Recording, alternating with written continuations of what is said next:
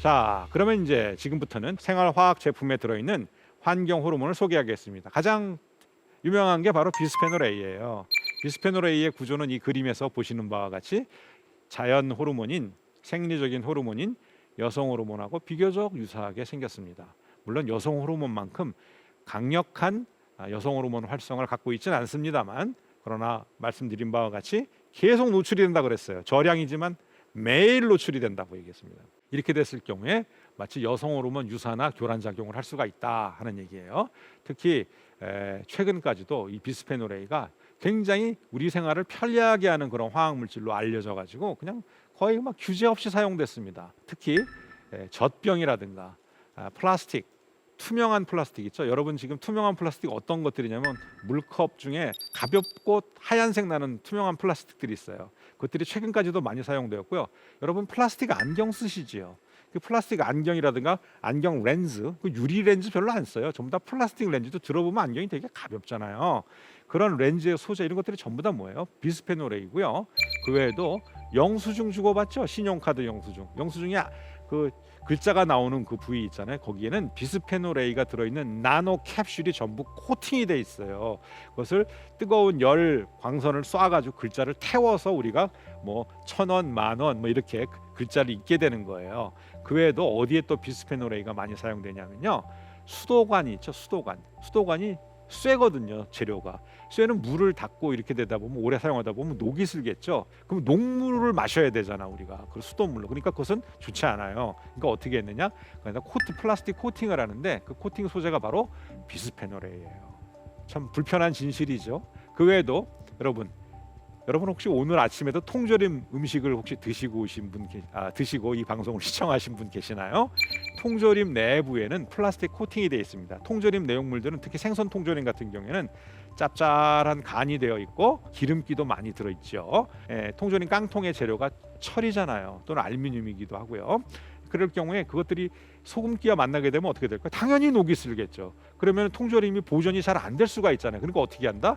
코팅을 하는데 코팅 소재로 에포क्시라고 하는 플라스틱 수지를 사용하게 되는데 이 에포क्시 수지의 주재료가 뭐예요? 비스페놀 A예요.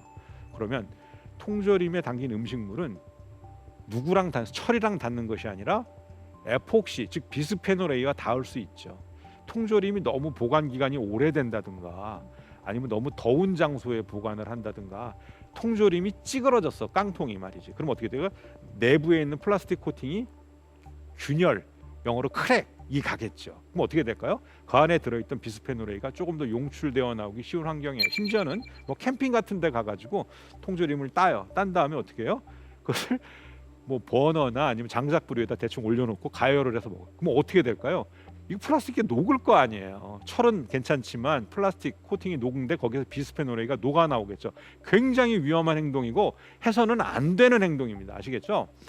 뭐 이런 신용카드 영수증 이외에도 뭐 은행이나 극장표 같은 거, 은행에 가면 대기표, 동사무소, 주민센터죠. 주민센터에 가면 대기표, 심지어는 뭐 공항에 가도 체크인 카운터에서 보면 이제 비행기 보딩 패스 같은 거 받잖아요. 굉장히 버튼 누르면 쫙 굉장히 신속하게 출력이 돼서 어떻게 이렇게 빨리 출력이 되는 거야 도대체.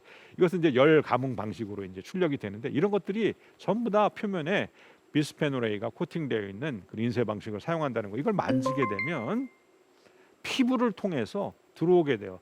비스페놀 A는 물보다는 기름하고 친하고 우리 피부에 특히 여성 같은 경우에 어린이나 그럼 어떻게 돼요? 피부가 보습이 좀 돼 있죠. 그리고 화장품도 잘 바르고 하니까 보들보들, 촉촉, 약간 기름 성분도 좀 있고 훨씬 더 잘 흡수가 돼요. 이 먹는 것보다는 만져서 피부로 들어오는 비스페놀 A가 훨씬 더 우리 몸에 오래 남고 위험하다라는 것을 미리 말씀드리겠습니다.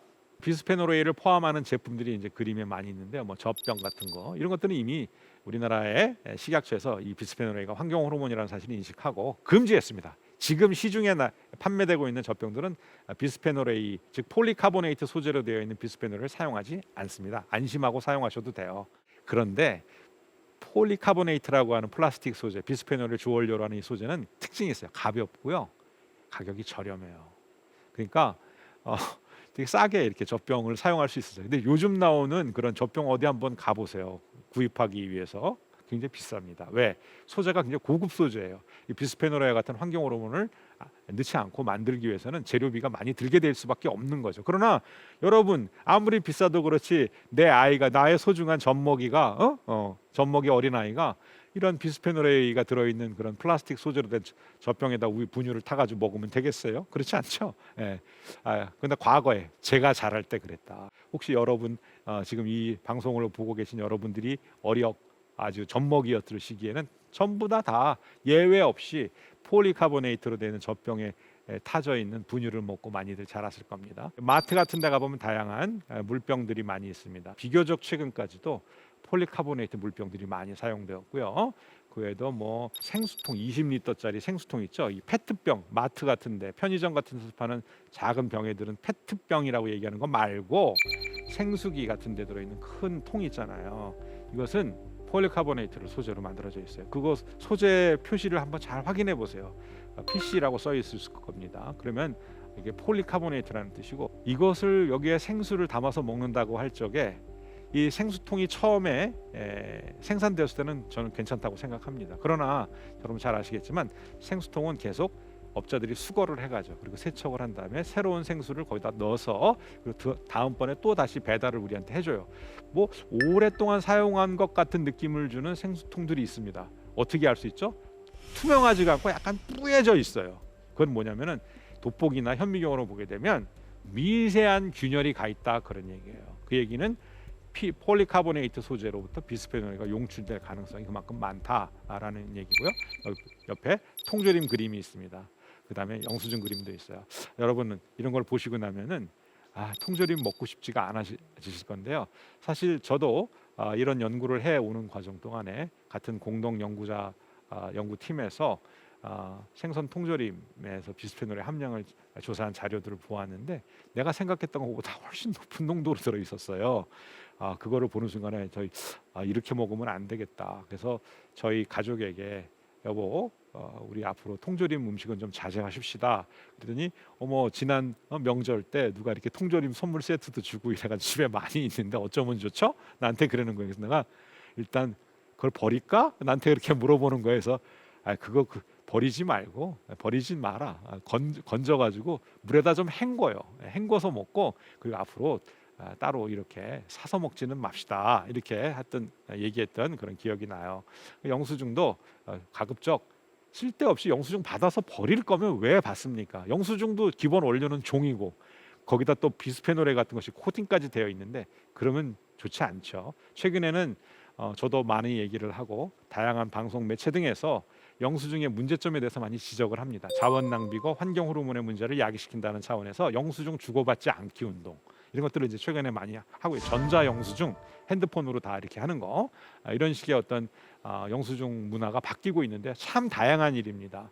그 외에도 여러분 그 어린이들이 좋아하는 게 있어요. 스티커예요. 자녀들이나 조카나 이런 애들이 막 가방 무슨 필통 이런 데다 막 붙이고 다니는 거 이렇게 생긴 거 보셨죠? 요거 만드는 소재가 전부 다 이것도 에폭시 관련된 소재로 만든 비스페놀 A를 원료로 사용하는 소재예요. 근데 이거는 애들이 막 만지고 놀고 심지어는 왜 이렇게 애들은 입에다 넣고 빠는 걸 좋아하는지 잘 모르겠는데 그냥 붙이고만 있어도 괜찮았을 때 이걸 자꾸 핥고 막 이런단 말이죠. 그럼 어떻게 될까요? 들어오잖아요, 몸으로. 조심해야 되는 것이다. 그리고 이런 거 애들한테 사주지 마세요. 애들 건강에 좋지 않습니다. 자, 비스페놀 A가 이렇게 위험해? 그럼 비스페놀 A 사용하지 말고 다른 물질 좀 사용하자. 그래서 여기 좀 그림에 보시면은 여러분 왼쪽 그림에 비스페놀 A 프리 영어로 이렇게 써 있는 거를 볼 수 있어요. 이런 마크 여러분 어디 가서 많이 보셨죠? 이 얘기가 우리나라 말로 말하자면 번역하면 뭐예요? 비스페놀 A 안 들어 있습니다. 이 제품이 이런 뜻이죠. 그런데 그럼 비스페놀 A 안 넣고 비스페놀 A와 비슷한 효과를 어떻게 발휘할까? 라는 생각 궁금하실 거예요. 그래서 초창기에는 비스페놀 A 대신에 비스페놀 S라든가 비스페놀 F와 같은 그런 유사 물질들을 사용했어요. 자, 그러면 비스페놀 S나 F를 넣어가지고 만든 생활학 제품이 있었습니다. 그러면 거기에는 분명히 비스페놀 A는 없잖아요. 그러니까 스티커를 붙일 때 비스페놀 A 프리라고 쓰면은 그것이 위법일까요? 아닐까요? 위법은 아니에요. 맞는 얘기예요. 비스페놀 A 안 들었으니까 BPA 프리라고 이렇게 쓴 것은 맞는 얘기다. 그러나 이것이 환경 호르몬적 측면에서 봤을 때 비스페놀 S나 F는 똑같은 환경 호르몬이거든요. 구조가 거의 유사하단 말이에요. 비스페놀 A나. 그러니까 어떻게 되죠? 이런 스티커는 있으나 마나하다. 완전히 비스페놀 계열이 아닌 다른 종류의 전혀 새로운 물질로 이런 플라스틱 그릇을 만들어 가령해서 옆에 있는 그림이에요.